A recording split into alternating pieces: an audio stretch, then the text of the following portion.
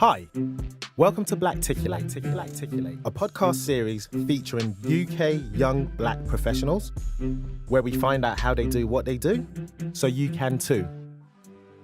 Or not. After all, it is your life. Firstly,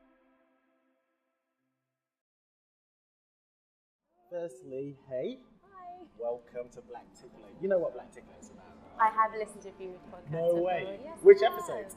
The one with the lady who had the cupcake business. Yeah, the first ever one. Yeah. Miss Dragon. She was really good. That was a really good one. Yeah, she's actually. cool. Yeah. Well, anyway, guys, for those who don't know what Blacticulate is, I'm just not happy. Where have you been? Guys, pretty much I speak to black millennials, African and Afro-Caribbean diasporans within the UK, who are go-getters. Now, a lot of people are asking me, like, what's go-getters? What does that mean? That's just predominantly anyone just doing a lot of things to make ends meet, change their circumstances and environment. And so my guests, they often are people who are go-getters, who are inspirational, in my eyes anyway, who are experts within certain fields, that can ideally teach you guys how also to go get yours. Yeah. And in front of me, I've got Shenilee. Say hi. Hi, everyone. Okay. Miss Hazel, Yeah. I know you through a very good friend of mine, and we met, when did we meet? A very long time ago. I think probably it would be 2008. I think it would be. Yeah. I think it was when I was living in Bristol. Yes. Yeah.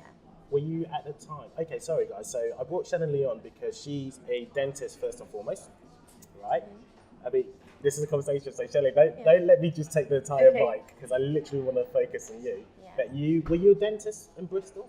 I was at the time, yeah. I was in my first year. So I think it's quite important for me, anyway, for my listeners, is to understand almost the route and how you did it. Okay. And why dentistry? Probably not conventional, but Okay.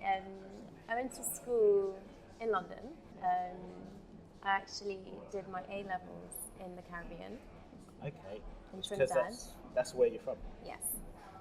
And then from there, I did sort of international A-level exams, and I actually had no idea what I wanted to do. What did you study? I studied dentistry. Oh, it was dentistry? Yeah. But you didn't feel like you wanted to do dentistry? No, I just didn't know before. Oh, okay. So it was kind of like the day before. It was actually the day before the deadline. I was like, oh, should I apply for this dentistry thing? Right. It's just like, I don't really like blood. I don't really like funny smells. But I actually did it because I had a really good friend who was in the year above me at the school that I went to, my secondary school, Jags, and she applied for it. And I called her up and I was like, hey, what's this thing like? Is it easy? Because that's all I wanted to know. Is it easy? Yeah, and she was like, nope, it's not easy. But, at the end, she actually said to me, at the end, it's really good because you get really good job security. A lot of people who are graduating from university, they can't find jobs, and this gives you a guaranteed job. So I was like, oh, that's easy. Yeah. So I thought, okay, so I put it down. I also applied for other things. I think I applied for it was all science-based because I did science A-levels. And I seemed to find it easy. I didn't think it was. Another sort of diverging story was that one of the A-levels that I did was mathematics. Maths? Yeah. Okay. And I did it I started doing it here in London. So I started sort of after GCSEs, and it was such a different level when I went to the Caribbean. Everyone there was so much more advanced. Really? Yeah. That's so much more advanced. It was. I remember doing an exam and everyone else were over 80%, and I got 15%, and I was in such shock because my GCSEs were all A stars and and then I was a different level that way there, and it's just because of how I was tutored in a really good. I went to sort of a private school in Dulwich. Right. And I was tutored really, really well, and I thought my foundation was really good. I was very confident in my math skills, but then that completely crushed it. So I changed halfway through A-levels to literature, English literature, which was really random. As a result of that, I think it's because I knew I was a bit, I wasn't as, experienced as the other A-level students in literature, so I worked extra hard, and I got a national scholarship from my literature. Right. So what a national scholarship, they sort of help you out with sort of tuition fees and things like that. Right. So that kind of anything you want to do, or does it yeah, have to anything still be you within choose to do, Okay. exactly. It didn't have to be, thank God, it didn't have to be like literature based. But that was, so that kind of set me off, kind of like, excelling at that kind of set me off as you kind of feel like, oh, I can do anything.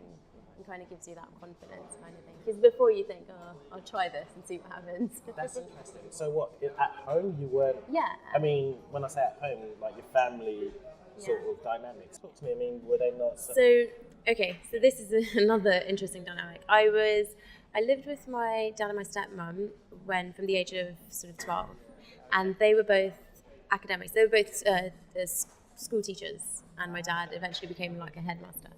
And, they weren't pushy at all.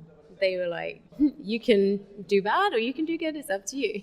They didn't care? It's not that they didn't care, but they didn't push you. They weren't like, go study. It was more like... It wasn't a be-all and end-all. Exactly. In terms of studying. Exactly. More. And in fact, I got pushed to do more non-academic things like singing and dancing and and when that kind of gets instilled on you, you kind of develop your own kind of drive to want to do good because you're not being pushed. You're like, okay. So that kind of transferred over to when I moved here and I had the education system here, where my mum was the exact same way. She wouldn't be like, go study. That's interesting. Very different to like completely different.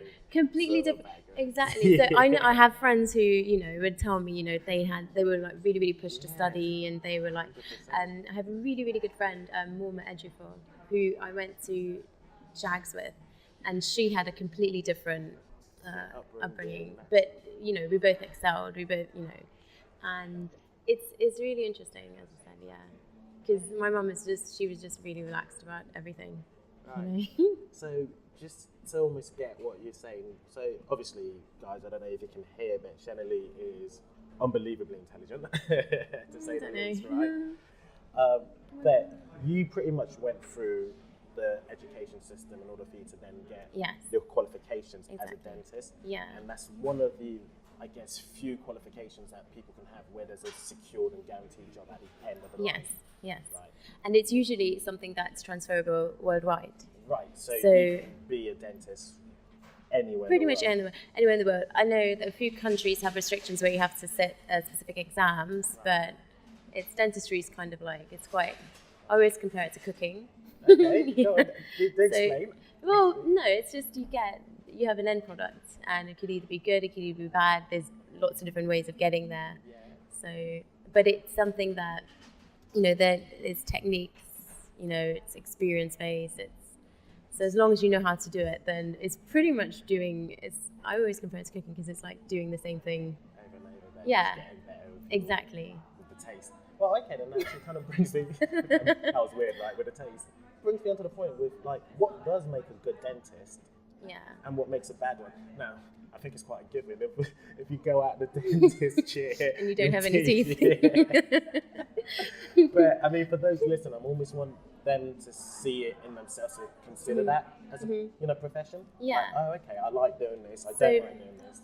I think this is the crux of the matter. I think with dentistry is very much how you connect and you integrate yourself with people. Okay. I think clinically, it's quite tricky to sort of know if your dentist is good or not, because you may or may not be aware of clinical standards of things like the actual quality of a job, of a work, of something that you have done.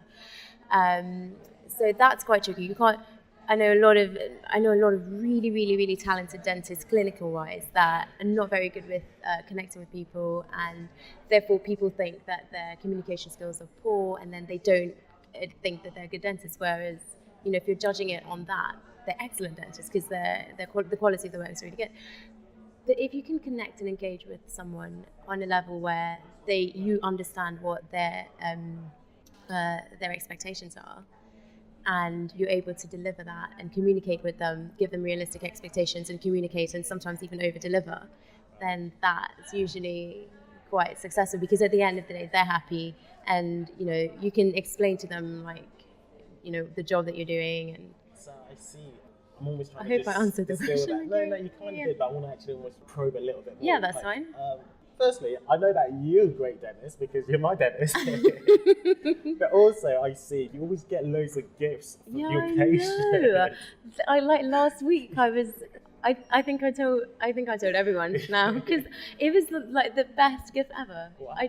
I went to work and there was first of all there's a box from Harrods, and I thought for some reason I just thought it was flowers because I always get flowers from patients.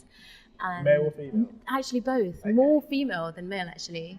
I think once a male patient, but usually it's female. And I opened the Harrods box and I just thought, what is going on? I actually thought it was my fiance. I was like, it's Harrods. Hey, by the way, she's off the market, guys. So don't be trying to get in touch with me saying I'm not keeping out here. So I thought, this isn't like Chris Harrods. Okay. and then, off the market. So I got really excited. And when I opened it, it was actually from a patient who just said that, you know, she was really grateful.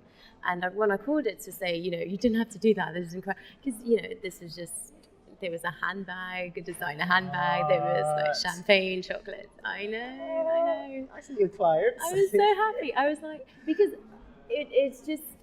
So guys, being a dentist, one of the perks, you get handbags. I honestly don't think this happens a lot. Because, again, like you said, in order to be a good dentist, you've got to have great communication skills and really be able to empathise and relate to your patients. Because you are there as you're a caregiver at the end of the day, and you have a duty of care to provide the best of yourself, I think, to someone.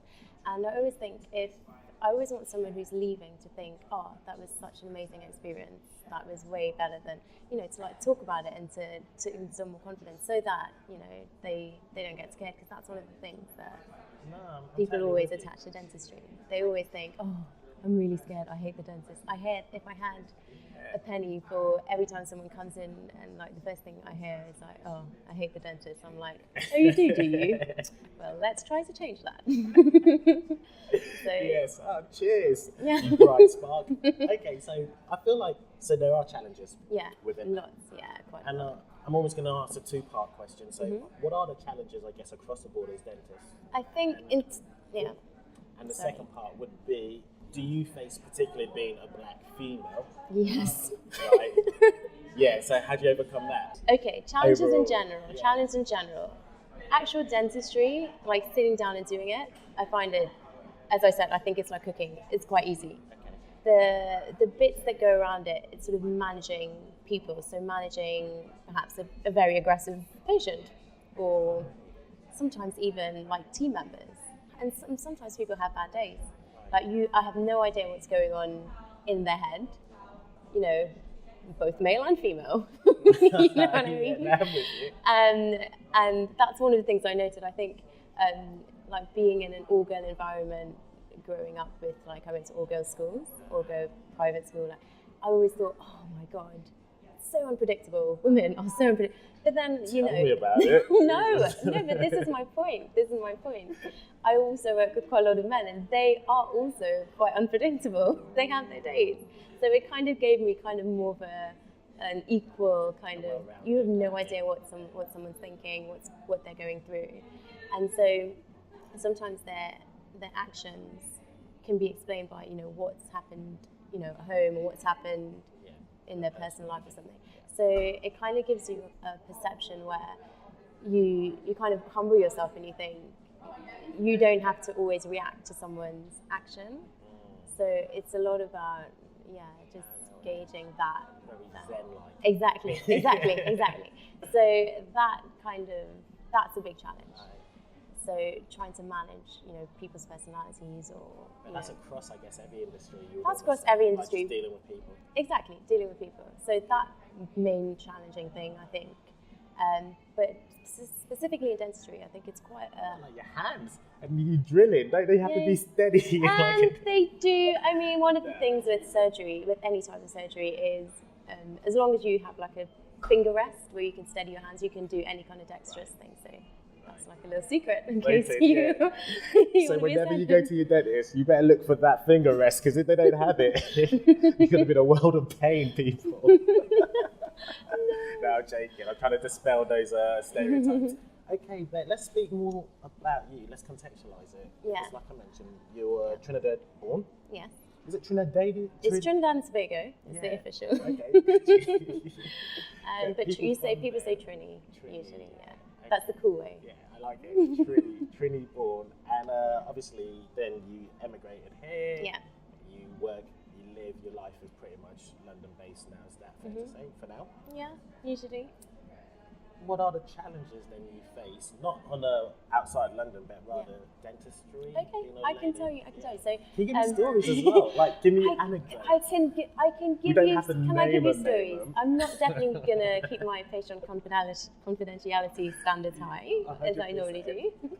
But I think one of the most common things that happens, which I get quite a lot, is I mostly go to fetch my patients from the waiting room, and I would bring them in, and it happens more so when I have a male assistant.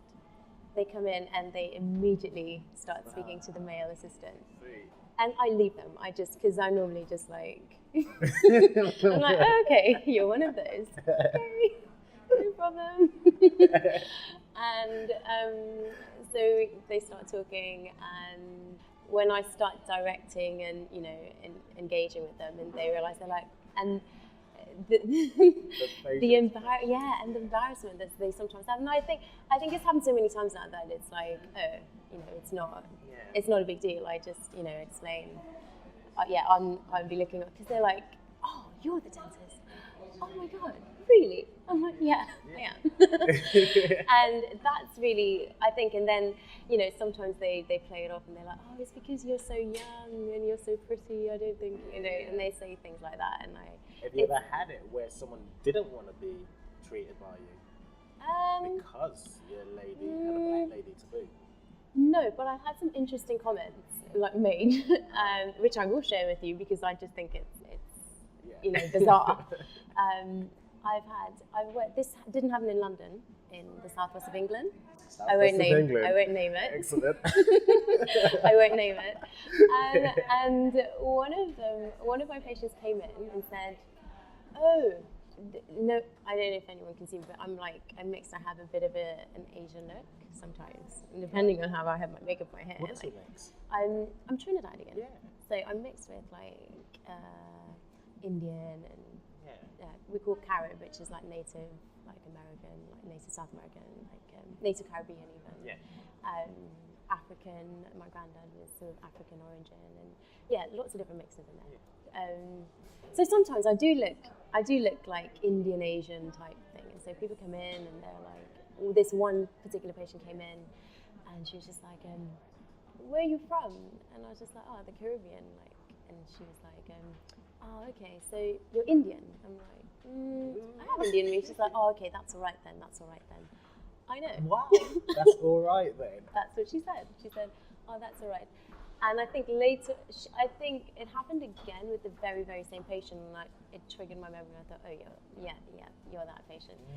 Because she said, she asked me the same thing again. She's like, because people seem to be confused a lot of the times.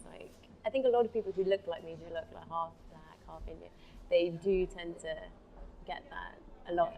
What are you? Kind of thing. Exactly. That question's always asked, regardless. Exactly. But as a dentist, is there any patients that you categorically can just say you refuse to treat? You just don't want to?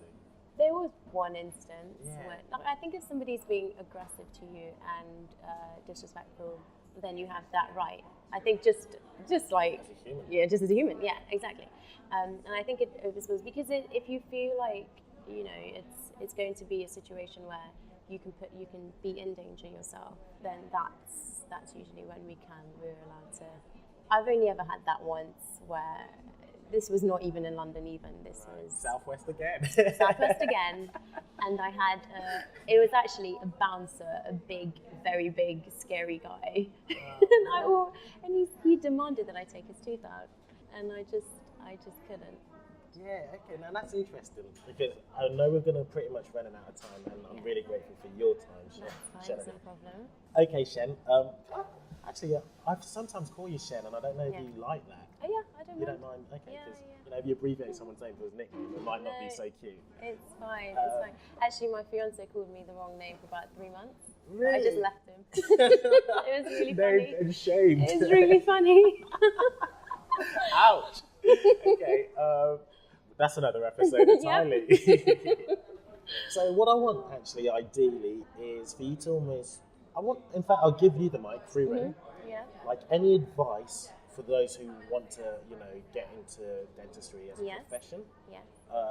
Any resources and tools in order to, like, books they maybe want to read prior to even thinking about it as a course? Or What I would almost say, like a free rein. This is yours. Yeah, so like the first thing I would say is actually, you know, when you go to your dentist, ask questions and see if maybe you can go in and, because that's what I did. I went in and I shadowed a few dentists, actually in different places. So I shadowed, So you went in and you kind of sort of see and you kind of gauge what it's like, kind of thing. I would shadow probably a private dentist rather than an NHS dentist because there are now sort of lots of legal rules where red tape. Yeah, exactly. But it depends. If you've got a good relationship with your dentist, you can ask to go and see, and you know, maybe it is that you go in for like a few hours and just sort of see how things run, and that will give you quite a good knack for it. Ask questions when you go to the dentist and sort of, you know, ask and how they did things, you know, that helps. And there's quite a lot of stuff online with like the dental associations to sort of get to, you know, point you in the right direction in terms of what. It's like called Dental Association. There's the British Dental Association. That's quite good. I'm going to throw all of these in a show note as per on the website. So British Dental Association. Yeah. Right. So if you are thinking of like having a career in dentistry, it kind of tells you, you know, I mean, it also too, like university prospectuses, they're quite good. They tell you, because certain universities, I remember when I was applying, different universities had different requirements in terms of the subjects that you do. So some of them absolutely demanded that you had biology. Some of them you didn't have to have biology. So I know that chemistry is one of the things that mostly like everyone needs. Oh really? Why is that? I don't quite know. Okay. I did it, but it's I guess maybe there is quite a lot of biochemistry in the first couple of years or so. All in all, I think nowadays you actually have to attend for an interview. So as long as you're able to communicate really well, that's one of the things that I think they look out for, because as I said, like coming back to the beginning, communication skills is one of the main things. So, you know, just how you're interacting with people, like. But it's interesting that you do definitely need to have a degree. Yeah, you do. You do well, need in to this be country. qualified In this country. You can't go on YouTube and just check out dentistry and then think you can now go around the block you cannot. and set up your own practice. No, definitely not. So noted. Wow, is there anything that I haven't asked?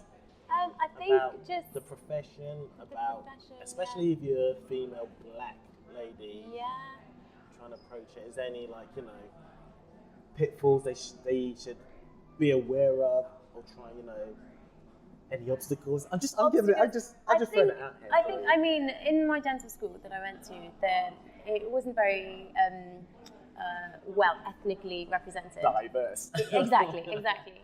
And I mean, I didn't actually quite like it. I was like, oh wow, I'm the only one. Yay!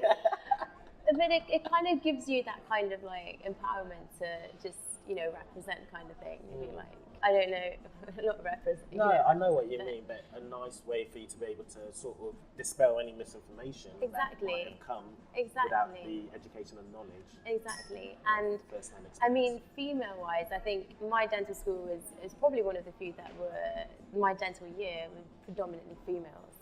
So it was that didn't pose any sort of... Do you know what's funny? I've got a friend of mine, another friend, who is an dentist, and again, that was likewise. The ratio was more females to males. Yeah. Is that across the board now? I think it's one of the things that actually it's one of those careers that you can have a family and you can work part-time and still, you know, it's quite a good career to have part-time because you know, you're still earning and you know, having that. That's great. So I think that's one of the things that I would definitely say is an advantage as well. It's one of those careers where you can actually have a family and take time off and go back to it and quite easily because it's a skill-based. And you're saying it has no borders. Exactly, yeah. So guys, man, if you've not ever considered being a dentist, I hope this conversation at least... The other thing I was going to say is I wouldn't take an age, because a lot of people think, have the misconception that with these sort of it is 5 years, the degree is 5 years, so it is an investment in terms of your energy and time and finance. But having said that, there were quite a few students when I was in dental school who were a lot older and who decided that that's what they wanted to do and they went for it. In terms of the rewarding experience after, it's quite good to have that responsibility of, you know, changing someone, because your teeth are important. You know, it's one of the first things that people see, 100%. and you know, it's becoming more and more important, especially in our society today, where, you know, Americanism. Exactly. Filed, whitened. Yeah. So I think people are becoming more and more visual, and so it's important. So I would say if that's something that you want to do, I wouldn't think, you know, the age, you know, to stop you. Or so if you want to do it, just I think the only thing you have to just make sure you have is the foundation A levels. So I think you definitely need to have like the chemistry and the biology, and well, that's what I had, and then I had like literature. Okay. Well, Shenilee, I'm going to wrap it up. What is next for you? Next, my sanity glasses. Well, guys, the funny thing is I've met Shenilee. She's about to do an insanity class, and in the morning she already did a workout, and later on she's going yoga. Yeah. Now, remember, guys, so I'm going to throw a picture out there, but she's off the market. So no, I haven't even got my...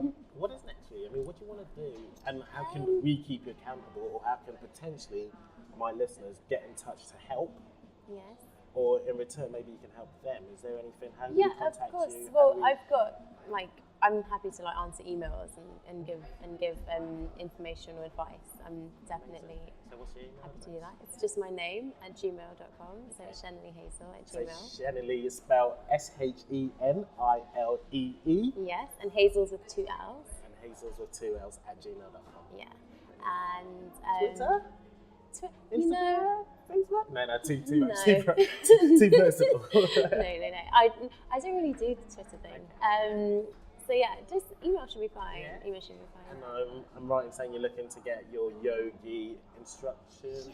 What's it? Is it a yogi instructor? Yeah, yoga instructor. Yeah, I'm just doing it because I've been doing yoga for so long, and I thought, it'd be really cool if I could actually teach it. Just because I do have I work 4 days a week, so I have 3 days to play with. Amazing. So I know. Yeah. So yeah, I was just thinking of maybe perhaps doing that. Guys, if you could help Shenilee on that route, again, holler at me. But no, it's been an absolute pleasure. Thank you so much. I'm really honoured when I got the email and you said, "Oh, like me?" No, I mean, honestly, just anyone within my network doing amazing things, and you certainly are. And if you can so teach, much. why wouldn't we, right? Yeah, exactly. So, guys, once again, thanks for listening to another episode of Blacticulate.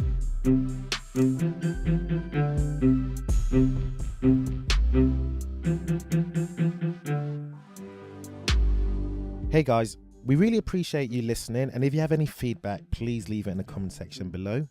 Also, all the info about the guests, the links and the resources we speak about will be in the description below. And last but not least, please do get in touch if you can teach us how you do what it is you do. Because after all, Blacticulate is all about empowering and upskilling the community. Thanks guys, you're the best. See you soon.